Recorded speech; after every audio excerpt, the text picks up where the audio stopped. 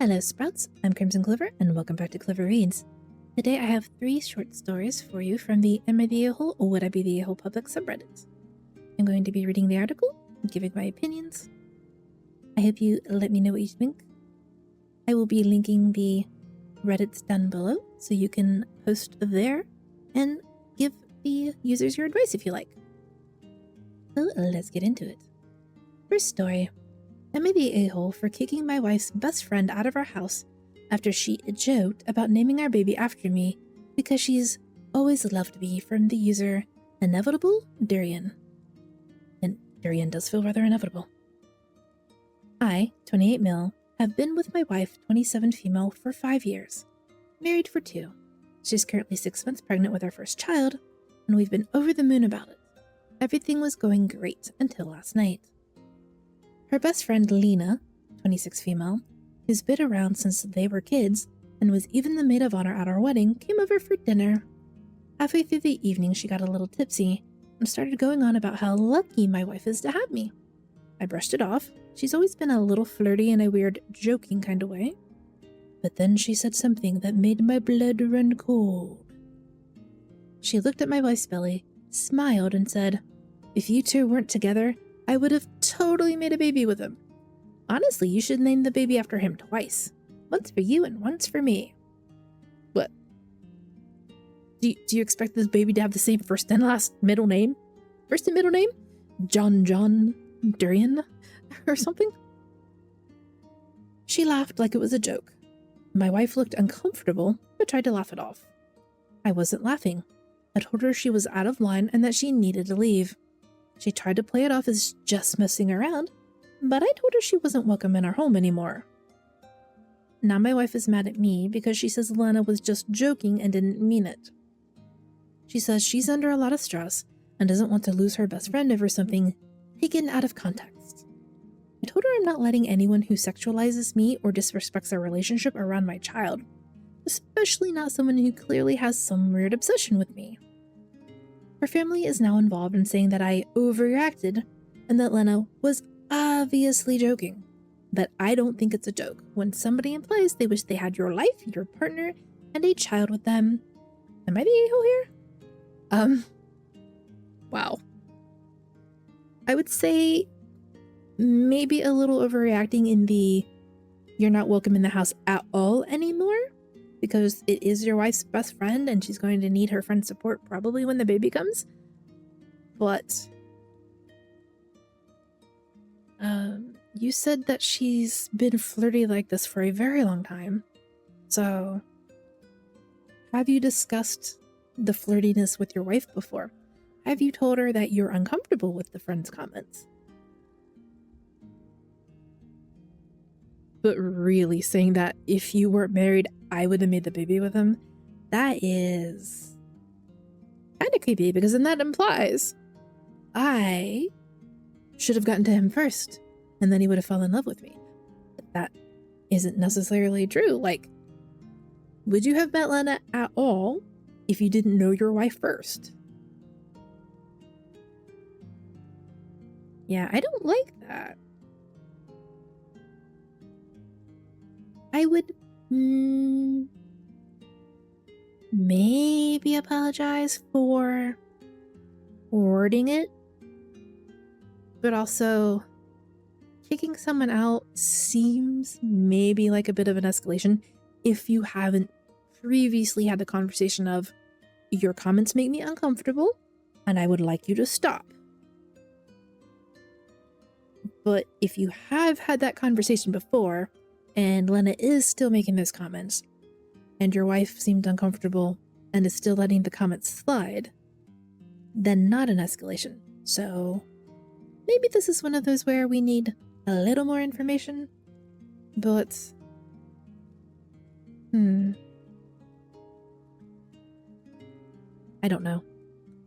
I'm trying to think. This is certainly not a situation I've ever been in, right?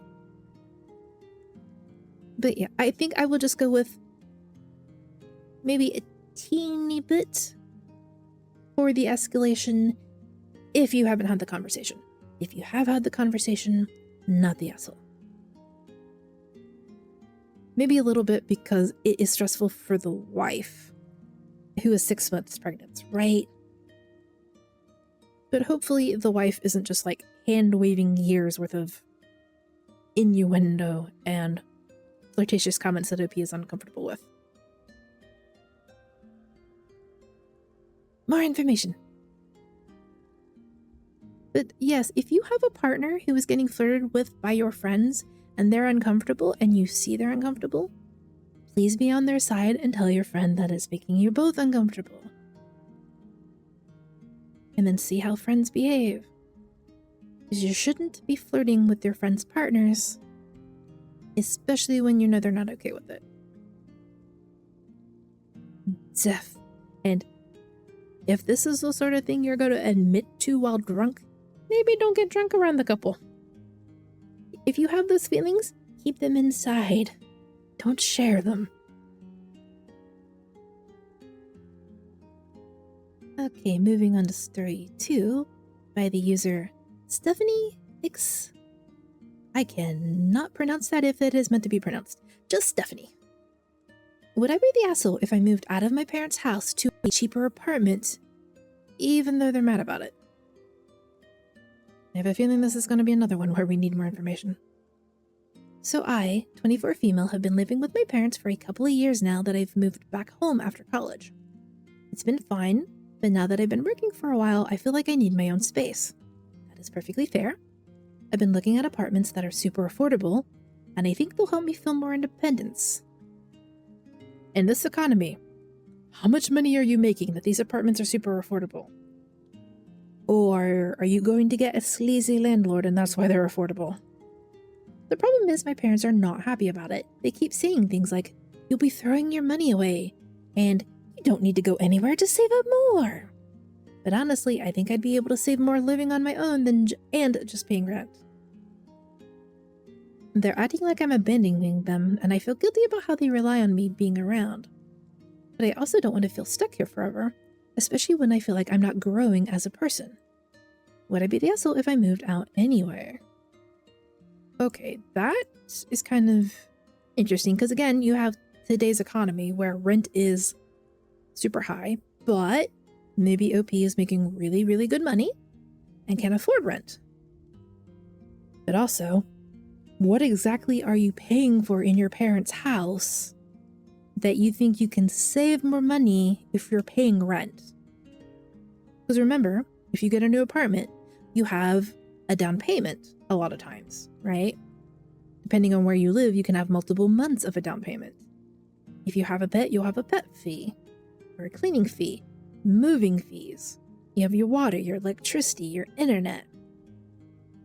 Some places will bundle those, some won't. You have furniture, unless you're buying renting a furnished place. You have dishes and maybe appliances that you'll need. Does it come with a bed? You have to buy a bed. You have to buy bedding. There's all those little things. And there's insurance. Renter's insurance. Are you already paying for a car payment, your phone, your internet, your own utilities, your food? Those are all things you need to take into consideration. But it also sounds like you said your parents rely on you. But what are they relying on you for? Like, are you paying for your parents' groceries? Are you paying for all of their household bills? Are they charging you rent? Because you don't say. If your parents are charging you rent and an apartment is going to be cheaper, and the reason you want to move out is to save money, tell them, I have found this cheaper place. This is all I'm going to pay you for rent. If you just want the independence to grow as a person, then no, you're definitely not an asshole.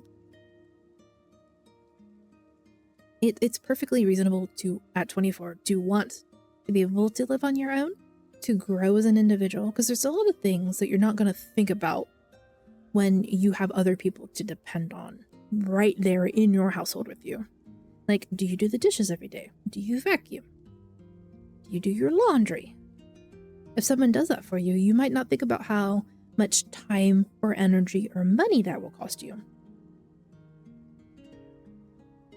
You don't really learn those things until you have to do them. The OP hasn't made a comment yet, and I would really like to know exactly what is going on with the family. But I don't think I will end up knowing. But I am very nosy, so I'm going to keep an eye on that one. Moving on to story 3 by user Semi-Charmed. Would I be the asshole for purposely blocking a child's view from my yard and dogs? Childless person here. My neighbor's 3-year-old is a handful. We've had issues with him throwing food, garbage, jewelry, stuffed animals, toys, etc. into our yard. The parents won't do anything about it. I've told the child to stop. We remain friendly enough with the neighbors, but the child has been a source of stress on our neighborly relationship. Kid is throwing jewelry into your yard, and the parents aren't concerned about the jewelry going missing. What the fluff? We have a gap in our shared fence where the kid loves to visit, sticking his hands and face against the fence to interact with me and my dogs. Dogs? Multiple dogs.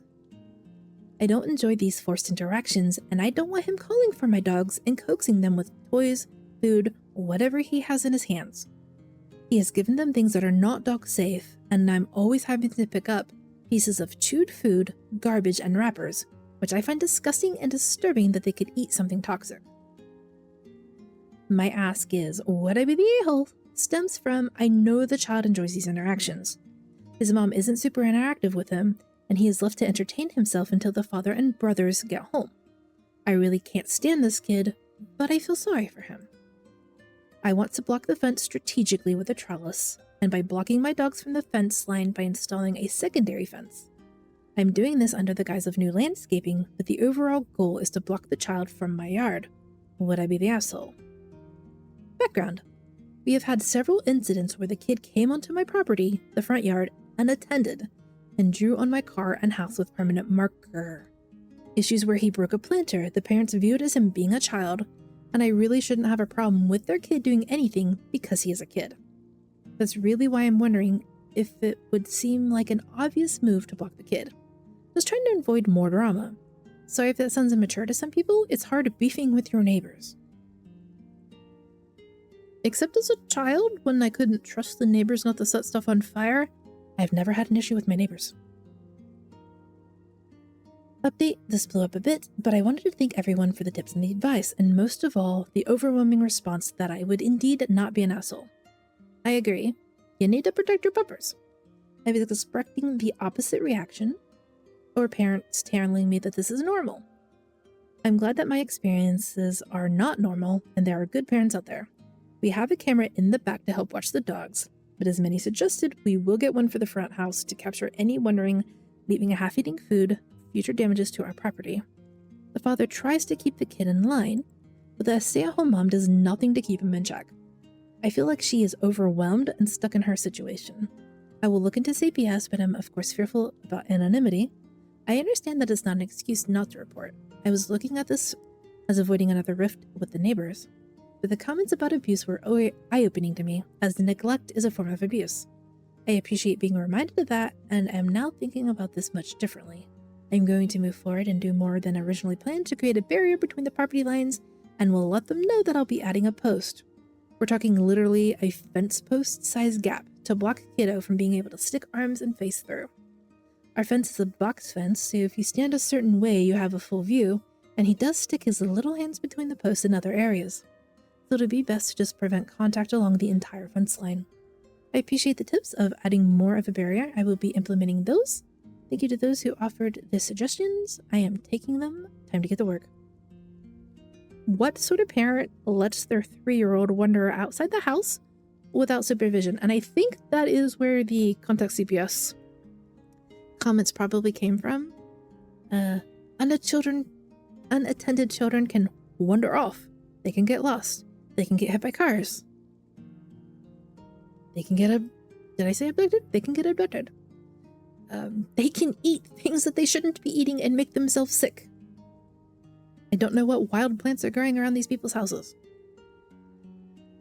They could get stung by bees. There could be wild animals that cross through the place. OP's dogs. I'm guessing that OP's fence blocks the front yard from the backyard so the dogs can't run off.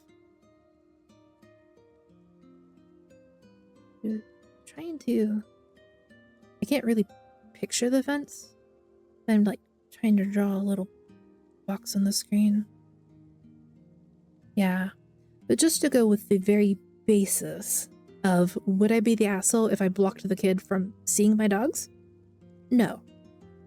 If you have a good relationship with your neighbors and that kid wants to play with your dogs, they can always ask, "Hey neighbor, can I supervise my child playing with your dogs?"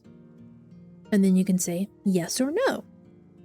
But just unattended, sticking the kid's hands through the fence, feeding your dogs things that could get your kid dogs killed, things that they shouldn't eat food-wise, scarfing down the toys or the jewelry, could do terrible things to their insides.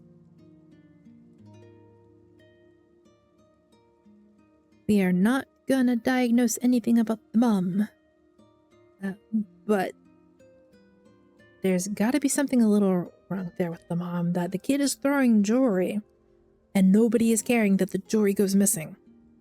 Now, I'm a little petty, so I would keep the jewelry and then I would throw the trash back into the neighbor's yard. Let them deal with it.